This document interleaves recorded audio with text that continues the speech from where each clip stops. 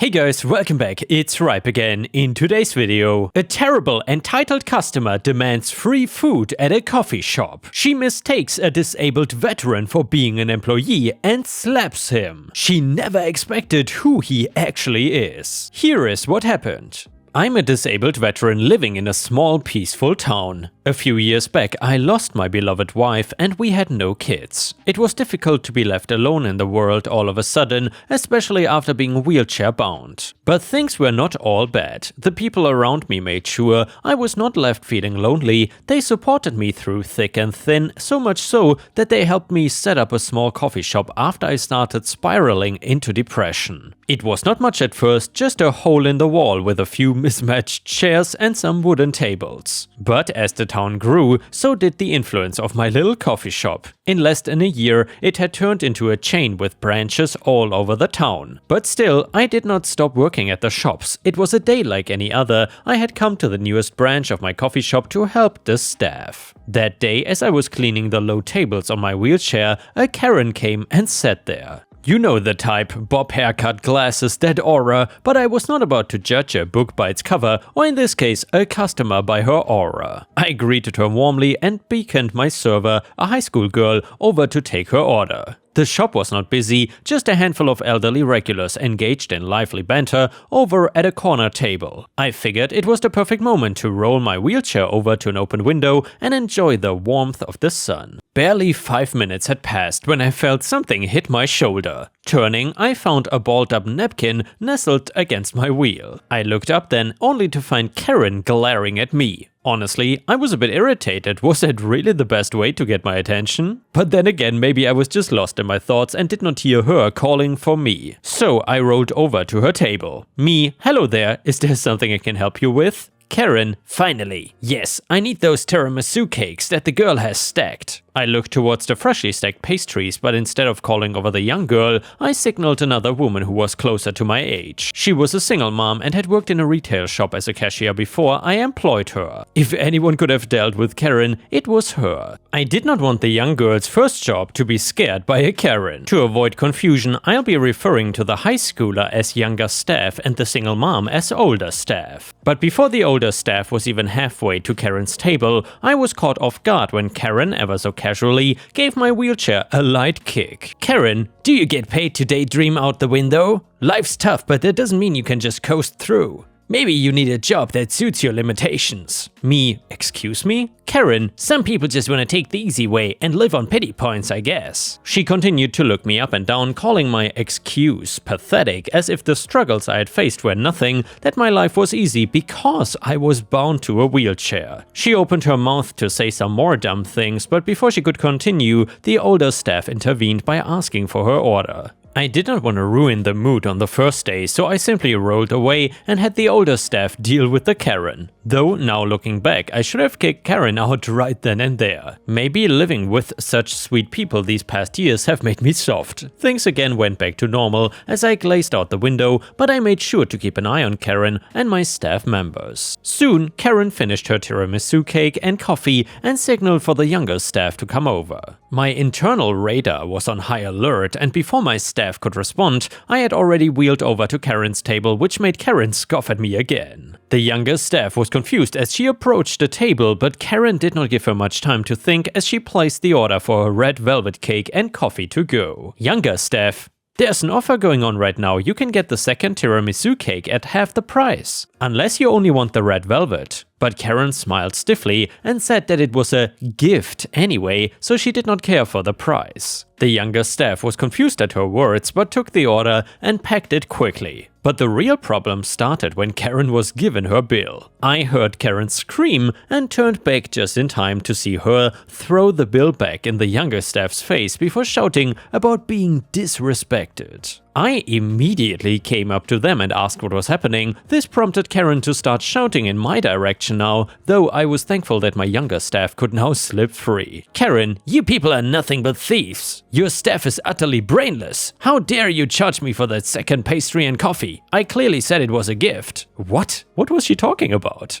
Me, I'm sorry, but if you're gifting something, even if it is from our shop, that does not mean the cost is waived. I don't understand what you're talking about here. Karen, of course you would not understand. You lack both competence and brain. The only thing you people are good for is using that dumb body, and now even that is useless. Before I could even have the chance to get angry at her words, Karen went on to say that the pastry and coffee were a gift to her from the owner's side.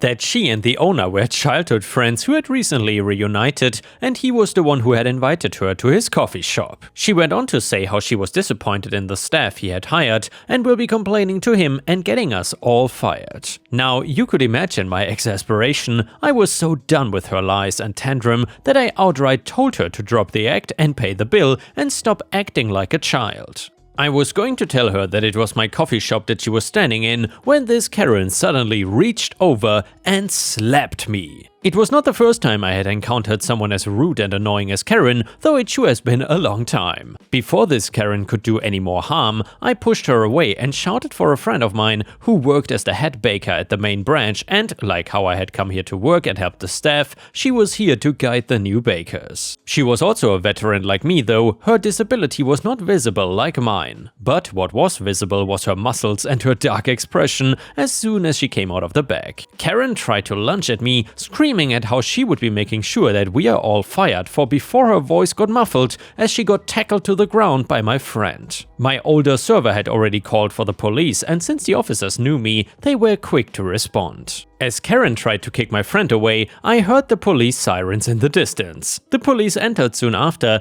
and only after that did my friend let the Karen go. Though it seemed like Karen was either too confident in her connections or too dumb to notice the problem she was getting into. Immediately after being freed, she tried to kick my wheelchair yet again, though this time with more force. Unfortunately for her, the police were quicker and then tased her. She fell on the floor squirming and was put in handcuffs. I told the police officers the entire story and offered them to take a look at the CCTV footage. By the time they were done collecting the evidence, Karen had gained consciousness and was trying to weave the story in her favor, saying how she would make sure the owner fires us all.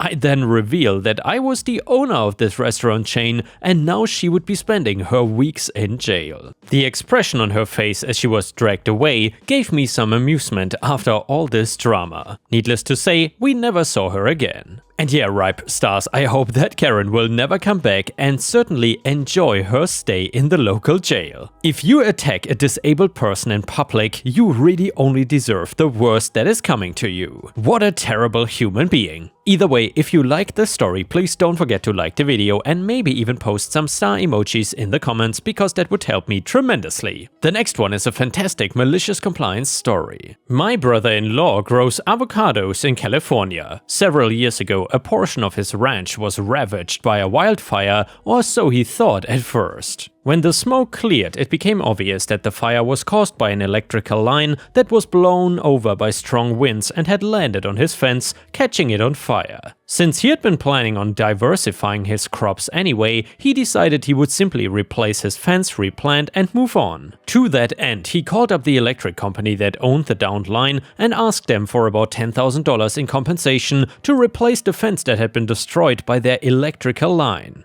They denied any and all culpability in the matter and told him that he should sue them if he didn't like it. What the electric company did not realize was that my sister, his wife, works full-time as a corporate attorney for one of the largest utilities in California, defending against cases just like this one. At first, she was concerned that this utility was a subsidiary of her employer, in which case there would be a massive conflict of interest. Apparently, though, legal departments frown on their employees when their husband is suing them. Go figure. Thankfully, after some investigation, she realized that the utility in question was completely independent of her employer, and at that point the gloves were off. My sister did not represent her husband because she is typically on the other side of these cases, but she did advise him on everything he needed to bring to court to win his case, and she helped him find a very reputable lawyer with a solid record of winning cases like these. Not knowing what they were up against, the utility persisted in refusing to negotiate, hoping that by forcing my brother-in-law to trial, he would simply give up and go away.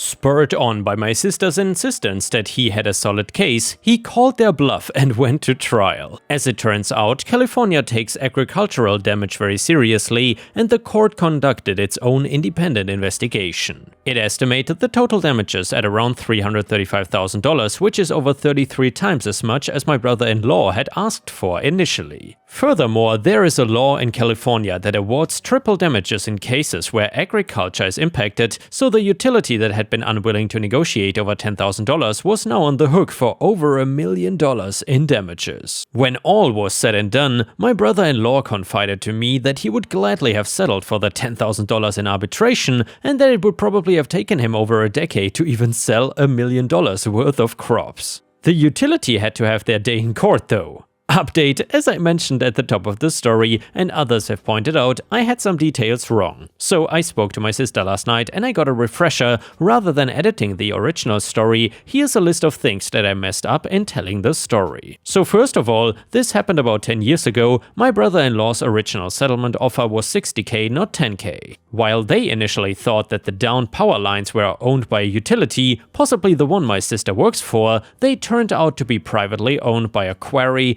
and that's who he ended up suing. The quarry did not go to trial with this. They ultimately settled in excess of $1 million, so there's no way for them to appeal this. However, as I stated earlier, the overall story holds true. My brother-in-law initially offered to settle for tens of thousands of dollars, and they refused. He lawyered up with my sister's assistance. My sister knew he was gonna win this because as a defense attorney for a large utility in California, she had been settling cases like this all summer long. After my brother-in-law lawyered up, the quarry ended up having to pay out in excess of $1 million to settle the case, as opposed to the tens of thousands that he was initially willing to settle for. Here are a couple of commonly posted misconceptions that are flat out wrong. This was an act of God, so no one should have had to pay, and my brother-in-law should have just sucked it up. He did not have to suck it up because the owners of the power lines are responsible for ensuring that damage to the power lines does not impact nearby infrastructure. They are responsible for placing the lines in a manner that ensures they are a safe distance away from flammable objects. Failure to do that is negligence. He did not sue over acts of God like the loss of power or the damage to the lines. He sued because he could prove that their downed lines caught his property on fire, and he could also prove that this was preventable by following the pertinent building codes.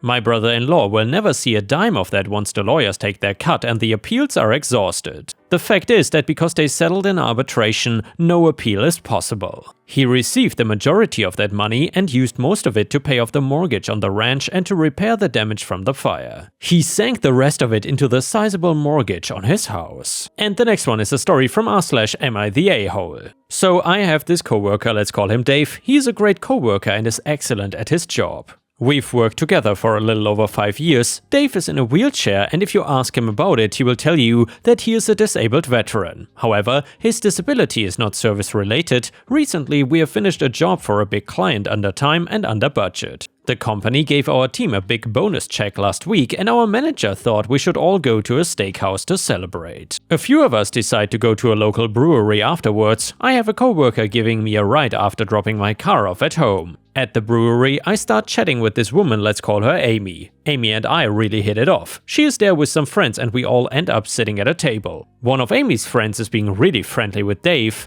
Amy and I get up to get another drink and I mention how her friend seems to like Dave. Amy says her friend also served and Dave is a disabled veteran. Probably because I'd been drinking, I tell her a secret. Dave's disability is from a drunk driving accident, not from service. After that round, Amy and her friends go to use the restroom. When they get back, Amy says it was nice chatting and says that she still wants to keep talking to me. I go sit with them for the rest of the evening, and Amy's friend is pissed about him not telling the truth and calling himself a disabled veteran. Her friends talked her out of telling him off and making a scene. Monday at work, one of my coworkers asks if they did something to piss them off. I tell them the story. Later, Dave comes over and calls me an a-hole, goes off about how hard it is to find people who are willing to date someone in a wheelchair, and tells me to mind my own business. I apologized and said I shouldn't have said anything, but considering how pissed off he got, maybe it was something Dave should have told her. Dave says screw you and leaves. It's become somewhat of an office gossip subject, and I've heard different opinions from my coworkers against my will. So Reddit, am I the a-hole? And by the way, to clarify, yes, Dave did serve, but according to my Amy's friend, I don't know that much about it, disabled veteran means disabled due to service. Otherwise, it's called NSR, non-service related disability, which is a different classification by the VA. Dave has a DUI, he was drunk driving, according to him his vehicle went off the road and he hit a tree. And yeah, Ripe Stars, let me know in the comments what you think about this. To be honest, it might be an a-hole move that OP was spilling, let's say, these secrets in front of strangers, which she should not have really done probably, but then again, it's a free country, free speech and so on. However, it's definitely also a douchebag move to call yourself a disabled veteran when you're disabled because of a drunk driving incident. Anyway, let me know what you think about this in the comments. Comment number 1, I'm honestly on the fence. I know everyone else is going to go straight for you being the a-hole, but at the same time, lying about your past like that is a real a-hole move. Especially if you know someone or have someone in your life who has been affected or killed by drunk driving. It's no wonder that people don't respond well to that and get angry. It would be an immediate no for me, and if I were her, I would want to know that info. On the other hand, it wasn't really your business and not your story to tell. If it were someone that you were close with, I would understand you wanting them to have that information, but this was a friend of a coworker you hardly knew. Overall, I'm gonna say everyone sucks here. Comment number 2, not the a-hole, for a very simple reason. He is not a disabled vet, he is a vet who is disabled. Sure, it was not your place as other people mentioned, but you surely saved them both a lot of time. When you say you're a disabled veteran, at least in the US, it's very implied that you were disabled while serving, not while in a drunk driving accident. And now let's move on to the next story. It starts like this. I worked at an awful insurance company years ago and can honestly say it was the worst experience of my life. I have a couple of stories of doing what I could to get back at management though. I worked in service and we were supposed to use a program that automatically estimated how many miles a person drove per year. The catch though is this program was always glitched and was always down, so you could not use it. One day I had a call that was being monitored by a supervisor and I needed to estimate mileage. Of course, the program itself was down and unusable, so I put in an estimate for numbers that were typical of the area. I got graded an F for the call, or whatever the metrics were. It's been a while, so I don't remember the exact details. I had my direct supervisor talk to me about the call with the whole "what can we do to avoid this in the future?" lecture. I told him the score was BS and needed to be changed immediately since the app was down and completely unusable. He said there was not anything he could do and that the F would stand. Whatever, no big deal. I knew it was typical company BS, so I forgot about it and moved on. Until my former supervisor called to ream me out. This monster had recently been transferred out of state and was no longer my boss, but for some reason took it upon herself to call me anyways and explode on me about how it was unacceptable to not be using the mileage estimation program and how I would not be working there much longer if I did not shape up. At this point I had enough of the company and did not care anymore. I explained how the app was literally down and not a single person could use it and how the score on my call was BS and needed to be changed immediately. She did not care for silly things like common sense and demanded that I send her an action plan detailing how I would ensure this would never happen again. Cue the malicious compliance. I knew I had received an F on the call because the program I was supposed to use was glitched, down and unusable. Only management could fix that, so my action plan was very simple. Each and every morning I would send my supervisor an email asking her what she was doing to ensure the glitches in the app were fixed and it never crashed again. Of course, my action plan stated that since she personally took time out of her busy schedule to contact me, I understood how immensely important this was. So I would be typing up this action plan and sending it to her daily until the program was fixed. For the next month, I would clock in, put my phone on hold so that I couldn't take incoming calls, and spend the next 10 to 15 minutes typing the action plan fresh and sending it to her. A second part of my action plan said something along the lines of this. Former supervisor has made it abundantly clear how important communication on this issue is. Therefore, I will send no less than 5 follow-through emails each day until said issue is resolved. So 5 times a day I would put my phone so I could not receive incoming calls and spend 5 to 10 minutes typing the email fresh and sending it to her. She responded multiple times telling me to stop, but I simply responded, "Per our previous talk, I understand how important this is to the company, and per your previous request to recreate an action plan,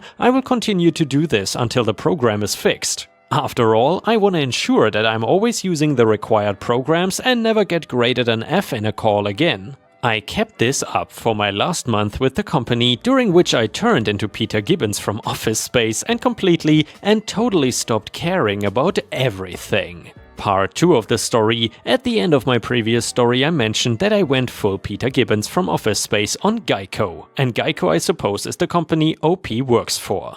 I don't think you guys realize just how accurate of a description this is. Some background: Geico is a terrible company to work for. They micromanage you to the extreme, set impossible expectations. I was graded an F on a call once because I sneezed, seriously.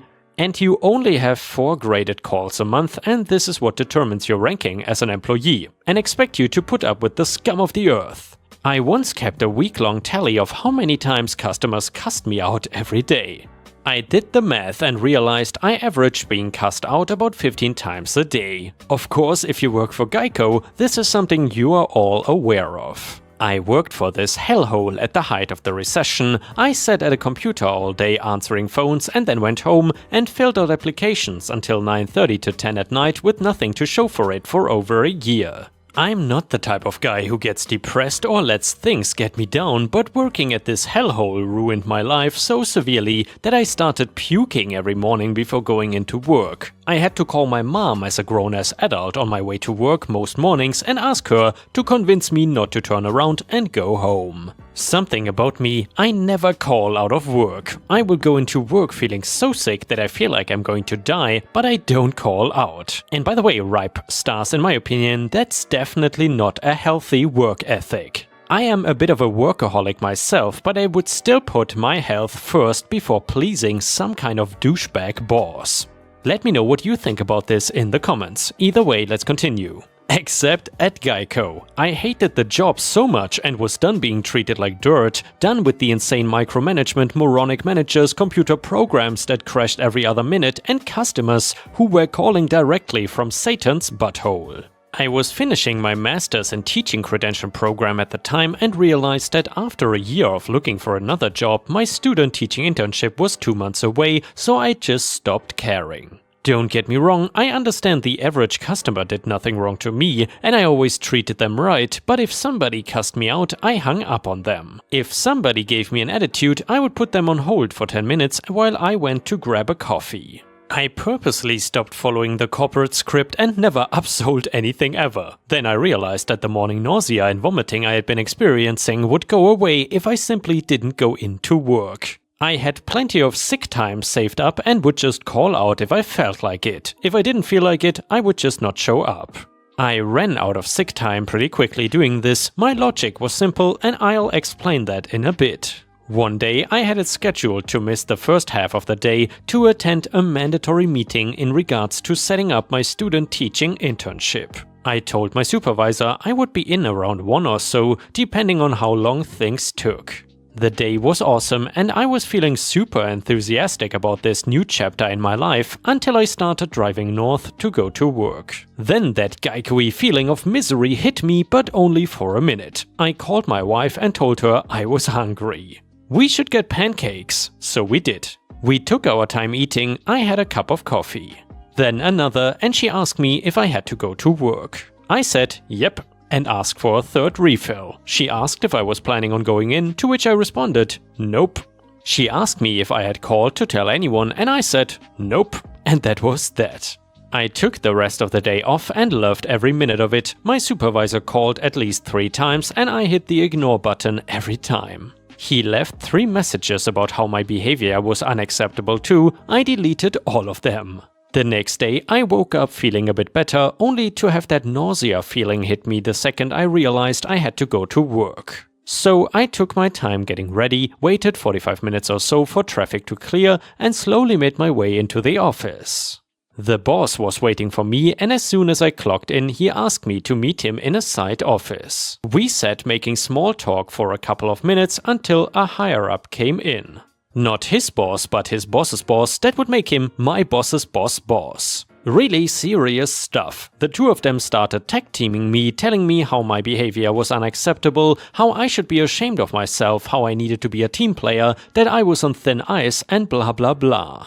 I waited patiently until they were done, and no kidding you, the first thing I said was, "You guys done?" Okay, good, because now it's my turn. Here's the thing, I hate this job. This job sucks, it's the worst thing that's ever happened to me. And if the economy was not as awful as it was, I would have been out of this hellhole a long time ago. But the economy sucks, almost as bad as this crap job, and I don't have a choice but to work here. It's been years since this happened, so that's not a verbatim quote, but it's pretty damn close to what was said. I continued, "Here's the thing, you have nothing on me. When I say I don't give a damn, I need you to understand exactly what I mean. I don't give a damn about this job. I have my student teaching internship in 2 months, and I'll not only be done with this job, I'll be done with the BS customer service industry forever. But here's the thing, I tried finding another job, but there is not any other work out there. So yeah, I'm stuck here, and you're stuck with me. But here is how I see things. You can fire me now, 2 months before I quit, and that unpaid internship will turn into a fully paid internship thanks to unemployment benefits. I will have corporate sponsorship of my student teaching. If you don't fire me, I will tell you what's going to happen. I don't give a damn about this job. I hate it, and I'm not going to follow your BS micromanagement. Use your garbage corporate script or upsell anything. If I don't feel like coming into work, I won't. If I feel like coming in a little late, I will. I will still do right by the customers because they didn't do anything wrong. You can trust me on that. I won't screw over innocent policyholders. But this company can go suck a big one. I then sat back like Peter Gibbons and said, "Balls in your court, guys. I gotta tell you, I'll support you either way on this." Honest to God, this is exactly how it went down. Just about everything was paraphrased, but more or less accurate to what happened with the exception of that final line, "I will support you either way on this." That is a verbatim quote and line I will always look back on with pride. My boss and my boss's boss just looked at each other and had absolutely no idea what to do.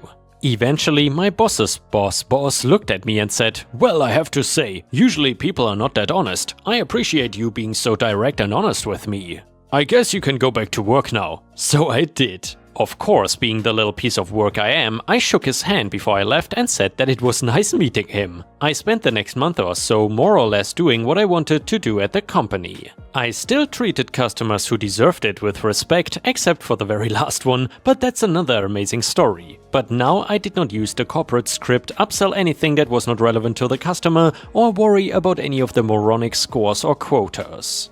I kept to our bargain and stayed home on days that I felt like staying home and usually rolled in 30 to 45 minutes late to avoid rush hour traffic. Eventually, my last day came and I did a final no call, no show, which was perhaps the best one ever. I ignored all 5 of my boss's messages, took the weekend off and started student teaching the next Monday.